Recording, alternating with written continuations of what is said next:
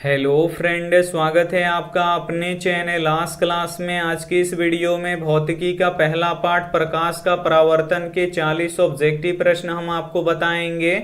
और इस 40 ऑब्जेक्टिव प्रश्न को अगर आप अच्छी तरीके से पढ़ लेते हैं, याद कर लेते हैं, तो फाइनल बोर्ड परीक्षा में प्रकाश का परावर्तन से आपका एक भी प्रश्न नहीं छूटेगा, ये हमारा गारंटी है। और इसका पीडीएफ हम बिल्कुल फ्री में देंगे और लास्ट में हम आपको बताएंगे कि इसका पीडीएफ आपको कहां से डाउनलोड करना है।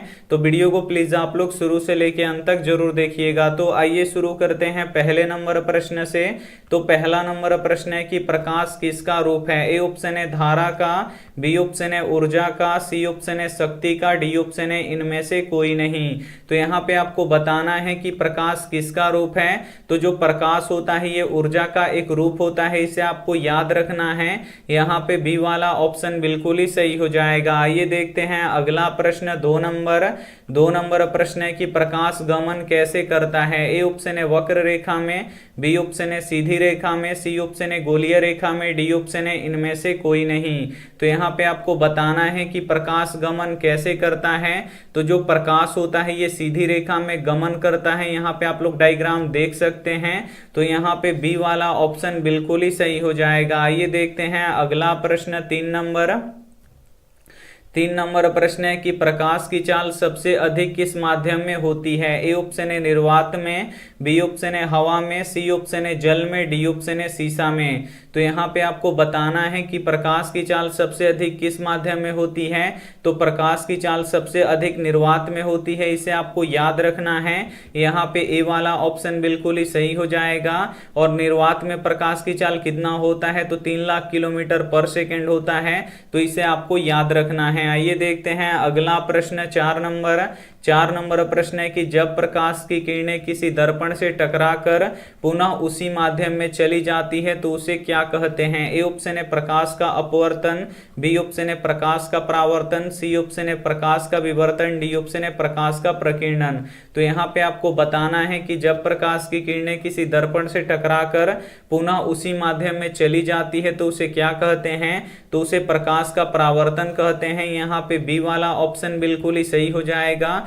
जो किरण आकर दर्पण से टकराती है उसे आपतित किरण कहते हैं, और जहां पे वो किरण टकराती है उसे आपतन बिंदु कहते हैं, और टकराने के बाद जो किरण लौटती है उसे परावर्तित किरण कहते हैं। तो इसे आपको याद रखना है। आइए देखते हैं अगला प्रश्न। 5 नंबर प्रश्न है कि प्रकाश की चाल कितनी होती है। काफी महत्वपूर्ण प्रश्न है ये आपके बोर्ड परीक्षा के लिए कि प्रकाश की चाल कितनी होती है। तो 3 × 10⁸ मीटर पर सेकेंड होता है, इसे आपको याद रखना है। यहाँ पे सी वाला ऑप्शन बिल्कुल ही सही हो जाएगा। और किलोमीटर में कितना होता है, तो 3 लाख किलोमीटर पर सेकेंड होता है। तो ये भी साथ में आपको याद रखना है। आइए देखते हैं अगला प्रश्न। 6 नंबर प्रश्न है कि प्रकाश की चाल सबसे पहले किसने ज्ञात किया। ए ऑप्शन है न्यूटन ने, बी ऑप्शन है गैलीलियो ने, सी ऑप्शन है रोमर ने, डी ऑप्शन है स्नेल ने। काफी महत्वपूर्ण प्रश्न है ये आपके बोर्ड परीक्षा के लिए। यहाँ पे आपको बताना है कि प्रकाश की चाल सबसे पहले किसने ज्ञात किया। तो रोमर ने ज्ञात किया, इसे आपको याद रखना है। यहाँ पे सी वाला ऑप्शन बिल्कुल ही सही हो जाएगा। आइए देखते हैं अगला प्रश्न। 7 नंबर प्रश्न है कि प्रकाश किस प्रकार का तरंग है। ए ऑप्शन है अनुप्रस्थ तरंग, बी ऑप्शन है अनुदैर्ध्य तरंग, सी ऑप्शन है दोनों, डी ऑप्शन है इनमें से कोई नहीं। काफी महत्वपूर्ण प्रश्न है ये आपके बोर्ड परीक्षा के लिए, और ये प्रश्न बोर्ड परीक्षा में बार बार पूछा जाता है, तो इसे बिल्कुल आपको ध्यान से समझना है। यहाँ पे आपको बताना है कि प्रकाश किस प्रकार का तरंग है। तो जो प्रकाश होता है ये अनुप्रस्थ तरंग होता है, इसे आपको याद रखना है। यहाँ पे ए वाला ऑप्शन बिल्कुल ही सही हो जाएगा। आइए देखते हैं अगला प्रश्न। 8 नंबर प्रश्न है कि जिस वस्तु का अपना प्रकाश होता है उसे क्या कहते हैं। ए ऑप्शन है अदीप्त, बी ऑप्शन है प्रदीप्त, सी ऑप्शन है दोनों, डी ऑप्शन है इनमें से कोई नहीं। तो यहाँ पे आपको बताना है कि जिस वस्तु का अपना प्रकाश होता है उसे क्या कहते हैं। तो उसे प्रदीप्त या दीप्तमान वस्तु कहते हैं। यहाँ पे बी वाला ऑप्शन बिल्कुल ही सही हो जाएगा। यहाँ पे देख सकते हैं मोमबत्ती है, तो मोमबत्ती का अपना प्रकाश होता है, तो यहाँ पे मोमबत्ती प्रदीप्त वस्तु होगा, सूर्य भी प्रदीप्त वस्तु होगा, जलता हुआ बल्ब भी प्रदीप्त वस्तु होगा। तो इसे आपको याद रखना है। आइए देखते हैं अगला प्रश्न। 9 नंबर प्रश्न है कि जिस वस्तु का अपना प्रकाश नहीं होता है उसे क्या कहते हैं? ए ऑप्शन है अदीप्त वस्तु, बी ऑप्शन है प्रदीप्त वस्तु, सी ऑप्शन है दोनों, डी ऑप्शन है इनमें से कोई नहीं। तो यहाँ पे आपको बताना है कि जिस वस्तु का अपना प्रकाश नहीं होता है उसे क्या कहते हैं, तो उसे अदीप्त वस्तु कहते हैं। यहाँ पे ए वाला ऑप्शन बिल्कुल ही सही हो जाएगा। यहाँ पे जो किताब है इसका कोई भी प्रकाश नहीं है तो ये अदीप्त हो जाएगा। जैसे टेबल कुर्सी का अपना प्रकाश नहीं होता है तो भी क्या हो जाएगा, अदीप्त वस्तु हो जाएगा। ये देखते हैं अगला प्रश्न 10 नंबर प्रश्न है कि वे किरण पुंज जो एक बिंदु से निकलकर फैलती है उसे क्या कहते हैं? काफी महत्वपूर्ण प्रश्न है। यहाँ पे आपको बताना है कि वे किरण पुंज जो एक बिंदु से निकलकर फैलती है उसे क्या कहते हैं, तो इसे हम अपसारी किरण पुंज कहते हैं। इसे आपको याद रखना है, काफी महत्वपूर्ण प्रश्न है। यहाँ पे बी वाला ऑप्शन बिल्कुल ही सही हो जाएगा। और किरण पुंज कितने प्रकार के होते हैं, तो 3 प्रकार के होते हैं, तो ये भी साथ में आपको याद रखना है। आइए देखते हैं अगला प्रश्न 11 नंबर प्रश्न है कि वैसा किरण पुंज जो भिन्न भिन्न दिशाओं से आकर एक बिंदु पर मिलता है उसे क्या कहते हैं? काफी महत्वपूर्ण प्रश्न है। यहाँ पे आपको बताना है कि वैसा किरण पुंज जो भिन्न भिन्न दिशाओं से आकर एक बिंदु पर क्या होता है, मिलता है, उसे क्या कहते हैं, तो उसे अभिसारी किरण पुंज कहते हैं। इसे आपको याद रखना है। यहाँ पे सी वाला ऑप्शन बिल्कुल ही सही हो जाएगा। ये देखते हैं अगला प्रश्न 12 नंबर प्रश्न है कि वैसा किरण पुंज जो एक दूसरे के समानांतर जाता है उसे क्या कहते हैं? ये भी काफी महत्वपूर्ण प्रश्न है। यहाँ पे आपको बताना है कि वैसा किरण पुंज जो एक दूसरे के समानांतर जाता है उसे क्या कहते हैं, तो यहाँ पे समानांतर किरण पुंज कहते हैं। इसे आपको याद रखना है। यहाँ पे ए वाला ऑप्शन बिल्कुल ही सही हो जाएगा। ये देखते हैं अगला प्रश्न 13 नंबर प्रश्न है कि प्रकाश के परावर्तन के कितने नियम हैं? ए ऑप्शन है 2, बी ऑप्शन है 3, सी ऑप्शन है 4, डी ऑप्शन है 5। काफी महत्वपूर्ण प्रश्न है ये आपके बोर्ड परीक्षा के लिए। यहाँ पे आपको बताना है कि प्रकाश के परावर्तन के कितने नियम होते हैं, तो प्रकाश के परावर्तन के 2 नियम होते हैं। और ये प्रश्न प्रत्येक साल बोर्ड परीक्षा में पूछा जाता है, इसे आपको याद रखना है। यहाँ पे ए वाला ऑप्शन बिल्कुल ही सही हो जाएगा। ये देखते हैं अगला प्रश्न 14 नंबर प्रश्न है कि आपतन कोण किसके बराबर होता है? ए ऑप्शन है अपवर्तन कोण के, बी ऑप्शन है परावर्तन कोण के, सी ऑप्शन है विचलन कोण के, डी ऑप्शन है इनमें से सभी के। तो यहाँ पे आपको बताना है कि जो आपतन कोण होता है वो किसके बराबर होता है, तो परावर्तन कोण के बराबर होता है। इसे आपको याद रखना है। अगर आपतन कोण 60 डिग्री का होगा तो परावर्तन कोण भी कितने डिग्री का होगा, 60 डिग्री का होगा।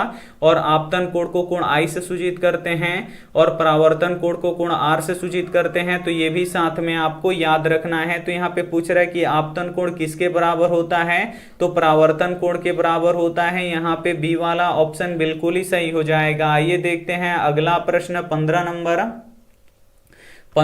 प्रश्न है कि यदि आपतन कोण 60 डिग्री का होगा तो परावर्तन कोण कितने डिग्री का होगा। तो हम अभी बताए हैं कि जो आपतन कोण होता है वो परावर्तन कोण के बराबर होता है। तो अगर आपतन कोण 60 डिग्री का होगा तो परावर्तन कोण भी 60 डिग्री का होगा। अगर आपतन कोण 50 डिग्री का होगा तो परावर्तन कोण भी 50 डिग्री का होगा। तो यहाँ पे पूछ रहा है कि यदि आपतन कोण 60 डिग्री का होगा तो परावर्तन कोण कितने डिग्री का होगा, तो 60 डिग्री का होगा। यहाँ पे ए वाला ऑप्शन बिल्कुल ही सही हो जाएगा। आइए देखते हैं अगला प्रश्न 16 नंबर प्रश्न है कि श्वेत प्रकाश में कितने रंग होते हैं? ए ऑप्शन है 7, बी ऑप्शन है 6, सी ऑप्शन है 5, डी ऑप्शन है 2। तो यहाँ पे आपको बताना है कि श्वेत प्रकाश में कितने रंग होते हैं, तो श्वेत प्रकाश में 7 रंग होते हैं। इसे आपको याद रखना है।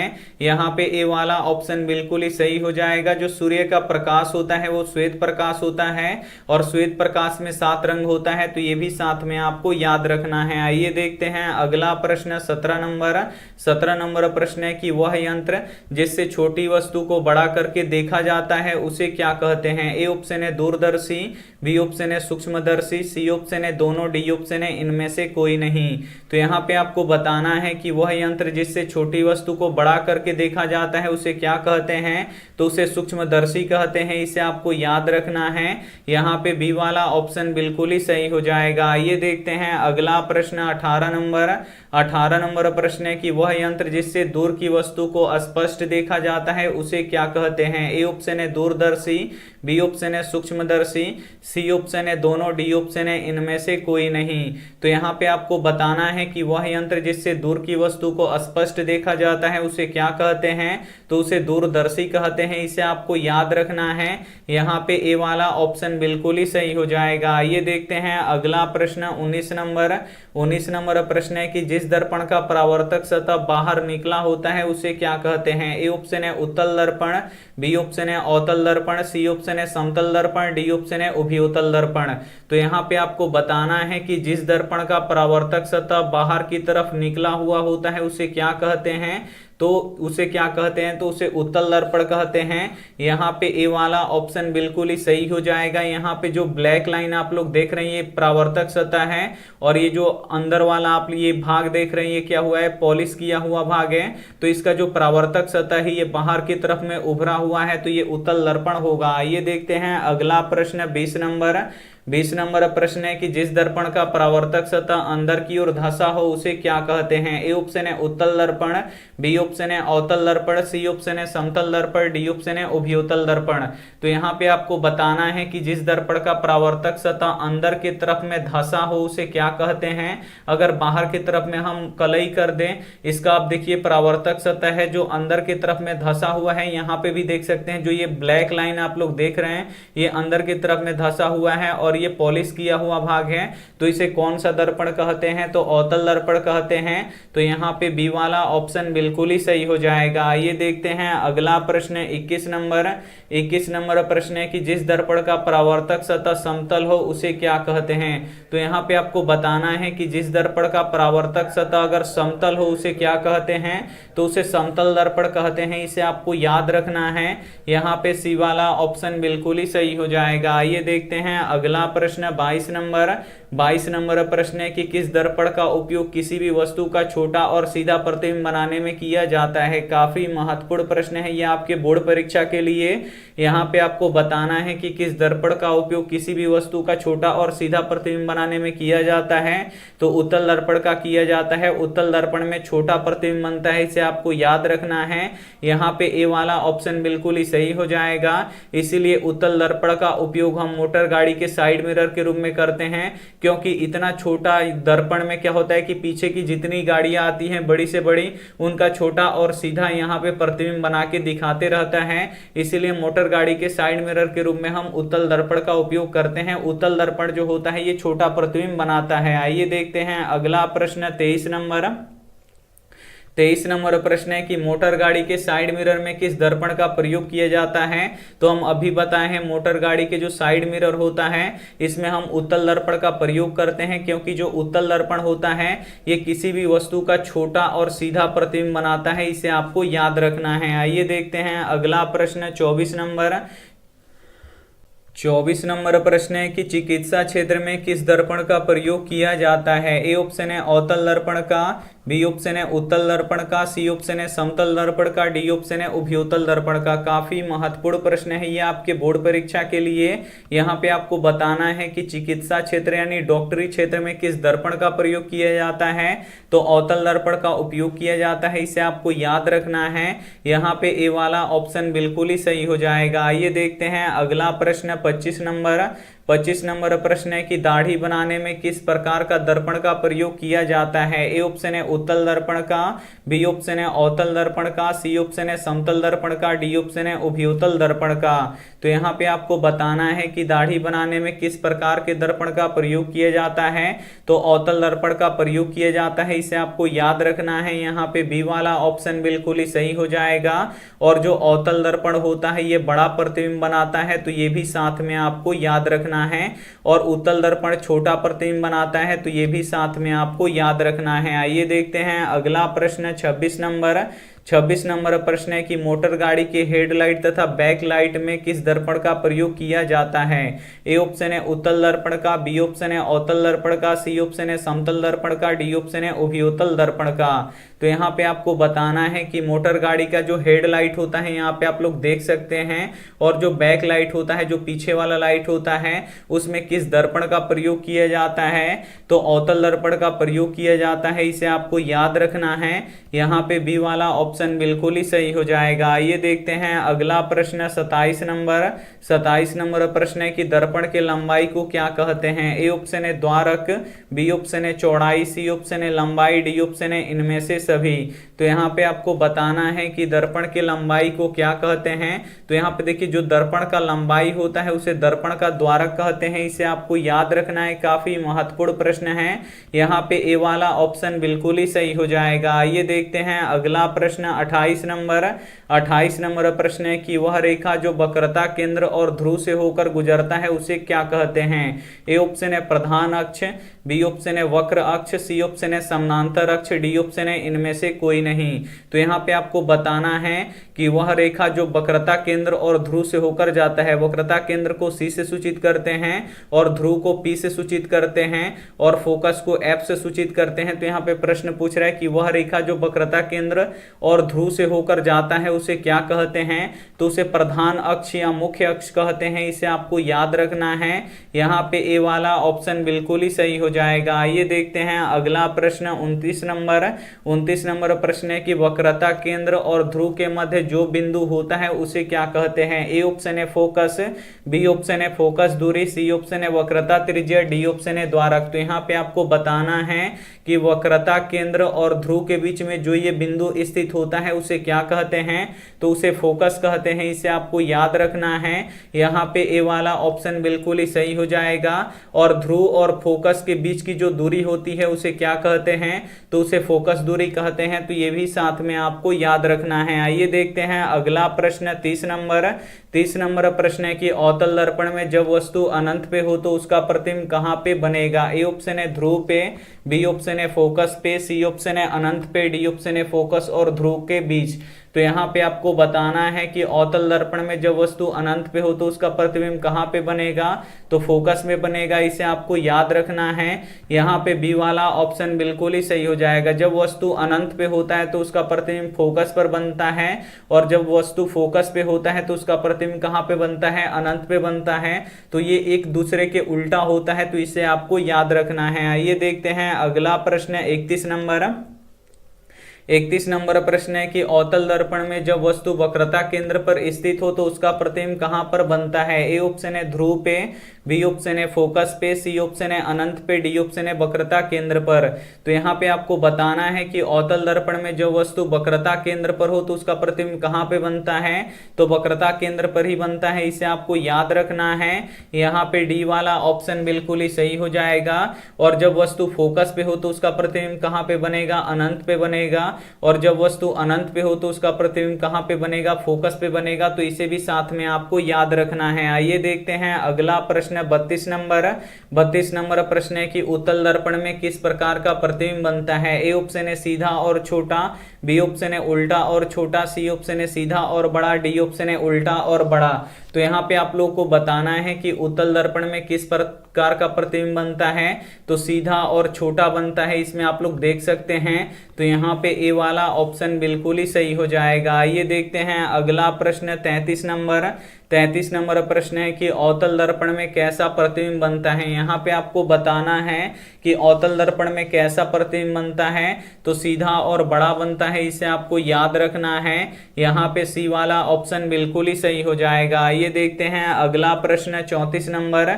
34 नंबर प्रश्न है कि किसी बिंदु से चलने वाली प्रकाश की किरणें दर्पण से परावर्तन के बाद जिस बिंदु पर मिलती है उसे क्या कहते हैं। ए ऑप्शन है वास्तविक प्रतिबिंब, बी ऑप्शन है काल्पनिक प्रतिबिंब, सी सी ऑप्शन है दोनों, डी ऑप्शन है इनमें से कोई नहीं। तो यहाँ पे आपको बताना है कि किसी बिंदु स्रोत से चलने वाली प्रकाश की किरणें दर्पण से परावर्तन के बाद जिस बिंदु पर मिलती है उसे क्या कहते हैं, तो उसे वास्तविक प्रतिबिंब कहते हैं। यहाँ पे ए वाला ऑप्शन बिल्कुल ही सही हो जाएगा। और जो वास्तविक प्रतिबिंब होता है ये हमेशा उल्टा होता है, तो इसे आपको याद रखना है। और जो काल्पनिक प्रतिबिंब होता है ये हमेशा सीधा होता है, तो ये भी साथ में आपको याद रखना है। आइए देखते हैं अगला प्रश्न 35 नंबर प्रश्न है कि किसी बिंदु स्रोत से चलने वाली प्रकाश की किरणें दर्पण से परावर्तन के बाद जिस बिंदु पर मिलती हुई मालूम पड़ती है उसे क्या कहते हैं, तो उसे काल्पनिक प्रतिबिंब कहते हैं। तो यहाँ पे बी वाला ऑप्शन बिल्कुल ही सही हो जाएगा। आइए देखते हैं अगला प्रश्न 36 नंबर प्रश्न है कि वास्तविक प्रतिबिंब कैसा होता है। काफी महत्वपूर्ण प्रश्न है ये आपके बोर्ड परीक्षा के लिए, और ये प्रश्न बोर्ड परीक्षा में बार बार पूछा जाता है। यहाँ पे पूछा गया है कि वास्तविक प्रतिबिंब कैसा होता है, तो वास्तविक प्रतिबिंब हमेशा उल्टा होता है, इसे आपको याद रखना है। यहाँ पे बी वाला ऑप्शन बिल्कुल ही सही हो जाएगा। और वास्तविक प्रतिबिंब को हम पर्दे पे उतार सकते हैं, तो ये भी साथ में आपको याद रखना है। आइए देखते हैं अगला प्रश्न 37 नंबर प्रश्न है कि काल्पनिक प्रतिबिंब कैसा होता है। ए ऑप्शन है सीधा, बी ऑप्शन है उल्टा, सी ऑप्शन है दोनों, डी ऑप्शन है इनमें से कोई नहीं। तो यहाँ पे आपको बताना है कि काल्पनिक प्रतिबिंब कैसा होता है। तो जो काल्पनिक प्रतिबिंब होता है ये सीधा होता है, और काल्पनिक प्रतिबिंब को हम पर्दे पर नहीं उतार सकते हैं। तो यहाँ पे ए वाला ऑप्शन बिल्कुल ही सही हो जाएगा। ये देखते हैं अगला प्रश्न 38 नंबर प्रश्न है कि उत्तल दर्पण की फोकस दूरी कैसी होती है। ए ऑप्शन है धनात्मक, बी ऑप्शन है ऋणात्मक, सी ऑप्शन है दोनों, डी ऑप्शन है इनमें से कोई नहीं। काफी महत्वपूर्ण प्रश्न है ये आपके बोर्ड परीक्षा के लिए। यहाँ पे आपको बताना है कि उत्तल दर्पण की फोकस दूरी कैसी होती है, तो धनात्मक होती है, इसे आपको याद रखना है। यहाँ पे ए वाला ऑप्शन बिल्कुल ही सही हो जाएगा। ये देखते हैं अगला प्रश्न 39 नंबर प्रश्न है कि अवतल दर्पण की फोकस दूरी कैसी होती है। ए ऑप्शन है धनात्मक, बी ऑप्शन है ऋणात्मक, सी ऑप्शन है दोनों, डी ऑप्शन है इनमें से कोई नहीं। तो यहाँ पे आपको बताना है कि अवतल दर्पण की फोकस दूरी कैसी होती है, तो ऋणात्मक होती है, इसे आपको याद रखना है। यहाँ पे बी वाला ऑप्शन बिल्कुल ही सही हो जाएगा। यहाँ पे प्रकाश का परावर्तन के लगभग 40 ऑब्जेक्टिव प्रश्न हम आपको बता चुके हैं, और इसका पीडीएफ हम अभी फ्री में देंगे और आपको बताएंगे कि कैसे पीडीएफ को डाउनलोड करना है। और उससे पहले आप लोग वीडियो को लाइक नहीं किए तो वीडियो को लाइक कीजिए, अपने दोस्तों के पास इस वीडियो को जरूर शेयर कीजिएगा, और बोलिएगा कि आज क्लास पे यहाँ पे बोर्ड परीक्षा के लिए नया बैच शुरू हो चुका है, और ये क्लास डेली 7 बजे चलेगा। तो आप लोग टाइम नोट कर लीजिए, और 7 बजे आप लोग हमसे जरूर जुड़िएगा। और चैनल को अभी तक आप सब्सक्राइब नहीं किए तो चैनल को सब्सक्राइब कीजिए, अपने दोस्तों से बोलिए चैनल को सब्सक्राइब करने के लिए। अब हम आपको बताएंगे कि इसका पीडीएफ आपको कहां से डाउनलोड करना है। तो सभी के फोन में होता है क्रोम, तो उस क्रोम को आपको क्या करना है, ओपन कर लेना है। यहाँ पे आपका गूगल क्रोम खुल जाता है, तो इसके सर्च बॉक्स में आपको लिखना है आस्क क्लास। तो हम यहाँ पे लिख देते हैं ASK और फिर CLASS। जैसे हम लिख रहे हैं बिल्कुल आपको वैसे ही लिख देना है, तो CLASS। यहाँ पे आपको आस्क क्लास लिख के सर्च कर देना है। जैसे ही सर्च कीजिएगा यहाँ पे लिखा हुआ आ जाएगा आस्क क्लास होम, इसी पे आपको क्या करना है, क्लिक करना है। और जैसे ही आप लोग क्लिक कीजिएगा आप हमारे ऑफिशियल वेबसाइट पे पहुंच जाइएगा, और यहाँ से आप लोग ऑनलाइन टेस्ट लगा सकते हैं। अगर इस पे क्लिक कीजिएगा तो टेस्ट पे अगर आप लोग क्लिक कीजिएगा तो यहाँ पे टेस्ट आपका खुल जाएगा। थोड़ा सा यहाँ पे समय लग रहा है, यहाँ पे देखिए खुल गया। और उसके बाद यहाँ पे देखिए 29 फरवरी के लिए सामाजिक विज्ञान का वायरल टेस्ट, तो इस टेस्ट पे किसी पे आपको क्लिक करना है। और जैसे ही क्लिक कीजिएगा यहाँ पे टेस्ट खुल के ओपन हो जाएगा, और यहाँ पे नीचे आ रहे हैं, यहाँ पे देखिए।